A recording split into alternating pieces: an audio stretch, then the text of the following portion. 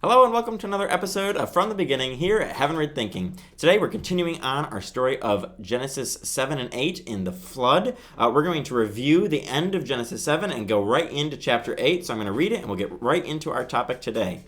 So starting in Genesis 7 verse 17. For 40 days the flood kept coming on the earth. And as the waters increased, they lifted the ark high above the earth. The waters rose and increased greatly on the earth, and the ark floated on the surface of the water. They rose greatly on the earth, and all the high mountains under the entire heavens were covered. The waters rose and covered the mountains to a depth of more than 15 cubits. Every living thing that moved on land perished: birds, livestock, wild animals, all the creatures that swarm over the earth, and all mankind. Everything on dry ground that had the breath of life in its nostrils died.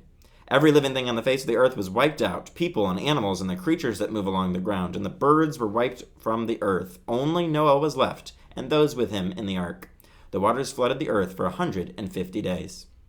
But God remembered Noah and all the wild animals and the livestock that were with him in the ark, and he sent a wind over the earth, and the waters receded. Now the springs of the deep and the floodgates of the heavens had been closed, and the rain had stopped falling from the sky. The water receded steadily from the earth. At the end of the 150 days, the water had gone down, and on the 17th day of the 7th month, the ark came to rest on the mountains of Ararat. The waters continued to recede until the 10th month, and on the first day of the 10th month, the tops of the mountains became visible. After 40 days, Noah opened a window he had made in the ark and sent out a raven, and it kept flying back and forth until the water had dried up from the earth. Then he sent out a dove to see if the water had receded from the surface of the ground, but the dove could find nowhere to perch because there was water over all the surface of the earth. So it returned to Noah in the ark. He reached out his hand and took the dove and brought it back to himself in the ark. He waited 7 more days and again sent out the dove from the ark. When the dove returned to him in the evening, there in its beak was a freshly plucked olive leaf. Then Noah knew that the water had receded from the earth. He waited 7 more days and sent out the dove again, but this time it did not return to him. By the first day of the first month of Noah's 601st year, the water had dried up from the earth. Now then, Noah removed the covering from the ark and saw that the surface of the ground was dry. By the 27th day of the 2nd month, the earth was completely dry. Then God said to Noah, "Come out of the ark, you and your wife and your sons and their wives. Bring out of every kind of living creature that is with you, the birds, the animals, and all the creatures that move along the ground, so they can multiply on the earth, and be fruitful and increase in number on it." So Noah came out together with his sons and his wife and his sons' wives, all the animals and all the creatures that move along the ground, and all the birds, everything that moves on land came out of the ark, one kind after another.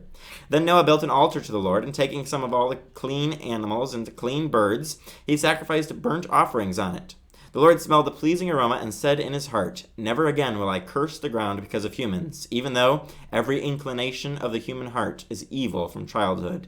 And never again will I destroy all living creatures as I have done.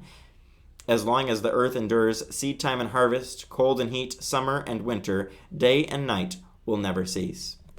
So here in Genesis 7 and 8, once again, we're recapping in chapter 7 of the flood coming and how it destroyed everything. God sent the flood to wipe away the wickedness, the evil that was filling the world. It had become so corrupt, as we've talked about before, that every inclination of the thought of mankind's heart was only evil continuously, is what Scripture says. And so God sent the flood to wipe all that away, to take out all the animals, all the humans, except for Noah and his family, and the animals that God sent 2 by 2 to go, male and female, on the ark and to be able to repopulate the earth. And here in chapter 8, at the very end, we get to see that beginning to unfold, where God sends out the animals to repopulate the earth. And so we see that come full-fledged there at the end of chapter 8. But at the beginning of chapter 8, we have a transition from the flood narrative, where we have all this destruction, God sending something to destroy the world, and then we have a but at the beginning of this chapter. But God remembered Noah and all the animals and livestock that were with him in the ark. And so we see how God continually is taking care of Noah. As we've seen throughout this whole story, God has been taking care of Noah, who did everything that God commanded him. And that's important for us to remember as we look at this chapter. God is being faithful to Noah, and Noah is being faithful to God to do what God says. And so God takes care of Noah. God remembers him. God sends the wind to make the waters recede. And we see here a whole period of time where the waters slowly stop, and we get to see that the ark lands at the mountains of Ararat, and the waters continue to recede for many, many, many, many days. And we finally get this whole account of Noah sending out the dove from the ark, and how it comes back to him, and then how it comes back again with an olive leaf, and then how finally it comes back to him no more, and it never returns to him. And so he knows that the flood is done, and that the waters have receded enough where they can go out of the ark, and God sends them forth out of the ark and gives them a specific instruction to go from the ark. Noah didn't just walk out there randomly one day. He waited for the instructions of the Lord, and we see his faithfulness to the Lord again, how he continually does what God commands him to do, just as we should do in our own lives. When we look at this chapter, the first half of it, we can see that it is so important for us to be faithful to God, to make sure that we are acting in line with his principles of Scripture, with what he has instructed us to do through his word, and what we see that he wants us to do in life. We have to be following after God, and he's going to take care of us just as he took care of Noah. So that should give us encouragement as Christians. It should encourage us that as we are faithful to God, he is faithful to us, and he will never let us down. He's going to take care of us no matter how hard the trials we go through in life are. None of us have gone through anything quite like what Noah went through, where the entire world was destroyed by a flood, but we go through things that are difficult for us each and every day. But we can remember that as long as we are being faithful to God, he's going to keep pushing us through. He's going to get us through those difficult times. We just have to keep our eyes fixed heavenward on him. And then we see here that God is faithful to do what he promised, that he is going to repopulate the earth. He is going to send the animals forth, send the human beings, all mankind, forth from the ark, and they're supposed to repopulate the earth. And we're going to see more of that in the coming chapters of Genesis, where he sends forth humanity to fill the earth and to fulfill their creation mandate of subduing the earth and ruling over the earth, even though we are now in a sinful state where we cannot perfectly do that. We still have a mission. We still have things that God had for us to do. And we see that here in this chapter. We are supposed to go forth, and so were the animals. And then at the very end of the chapter, we get another important concept here, where we see that Noah responds with faithfulness, seeing the faithfulness of the Lord. He decides to do an offering and build an altar to the Lord, and he responds to the faithfulness of God by offering a sacrifice to God. And it's so important that in our own lives that we see the Lord's faithfulness, and that we thank him, that we honor him for his faithfulness in our lives. It's important that we do that because we are blessed so many times, again and again, by so many things we do not deserve. God continually pushes us through difficulties. He continually gets us to the other side. And at the other side, we are supposed to come out thanking and praising God. It's all about his glory, making sure that he gets the praise. And Noah did this, and he recognized this.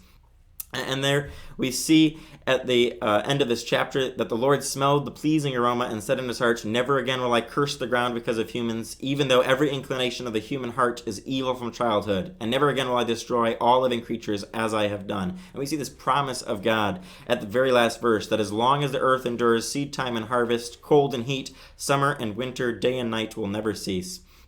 And so out of seeing Noah's faithfulness, God promised this amazing promise that he was not going to destroy the whole world as he did before, that he was not going to send another flood. And we're going to see how that pays off in the next chapter, and how we get the promise of the rainbow. But here at the end of this, we get a promise from God that things are going to continually have their seasons. We're going to have the seed time and harvest. We're going to have the cold. We're going to have the heat. We're going to have winter. We're going to have summer. Things are going to continually go in the seasons that God has set naturally in the world around us.